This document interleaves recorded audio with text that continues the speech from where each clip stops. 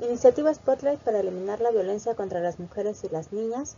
Capacitación basada en el paquete de servicios esenciales para mujeres y niñas que enfrentan violencia, dirigida al funcionariado público de los municipios de Chihuahua y Ciudad Juárez, en el estado de Chihuahua. Módulo básico. Tema 1. Género e interseccionalidad. Enfoque de derechos humanos. Para abordar lo relacionado con el enfoque de género o la perspectiva de género y la interseccionalidad, algo importante que tenemos que hacer es identificar y tener claridad sobre a qué nos referimos cuando hablamos de enfoque. Y para ello, la primera pregunta es, ¿qué es un enfoque? Un enfoque es una cierta manera de mirar y de concebir los procesos y relaciones sociales que ocurren cotidianamente. Enfocar supone agudizar la mirada, alertar los sentidos y disponerse a conocer y reconocerse desde cierto foco o eje. Mirar desde un enfoque nos lleva al reto de dejar de lado presuposiciones y juicios de valor, y nos invita a ser objetivos, a respetar y a tener disposición, a conocer y a reconocer a las personas. Hablamos entonces de 4 enfoques transversales.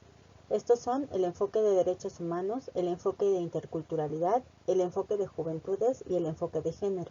Hay más enfoques transversales, los que vamos a aplicar y a revisar durante estas sesiones son estos 4 que te mencionamos. Y el que vamos a trabajar en esta presentación es el enfoque de derechos humanos. Abordemos el enfoque de derechos humanos.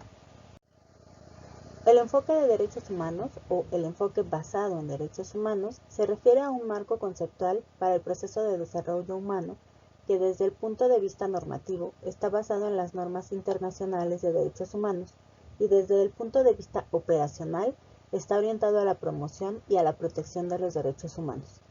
Un enfoque basado en derechos humanos, por un lado, desarrolla la capacidad de los garantes de derechos para cumplir con sus obligaciones y por otro, alienta a los titulares de derechos a reivindicarlos.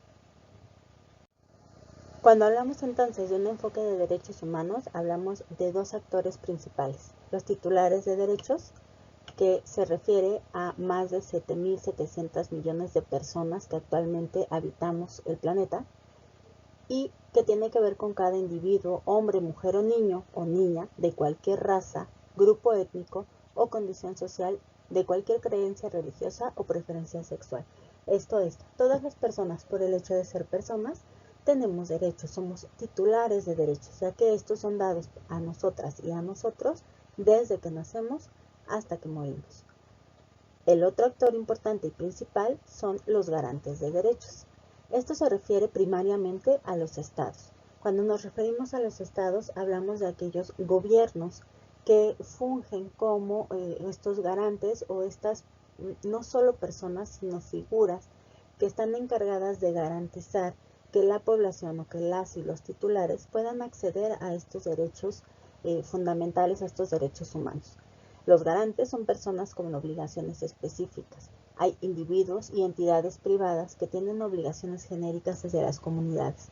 En el caso de los garantes, hablamos no solamente del Estado como una forma jurídica o como una institución, sino también de aquellas personas que en algún momento fungen como responsables o como parte del equipo y del personal que trabaja dentro de estas instituciones e instancias que forman parte del Estado.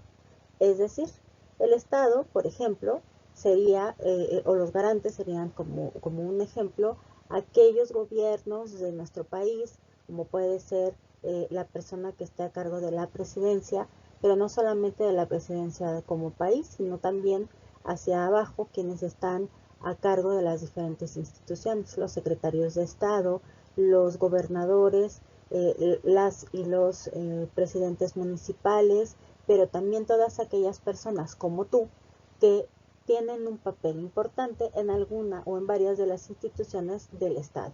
Es decir, aquellas personas que desde las instituciones públicas tenemos un rol y un ejercicio laboral en el que brindamos cualquier tipo de servicios a las y a los usuarios que son estos titulares de derecho.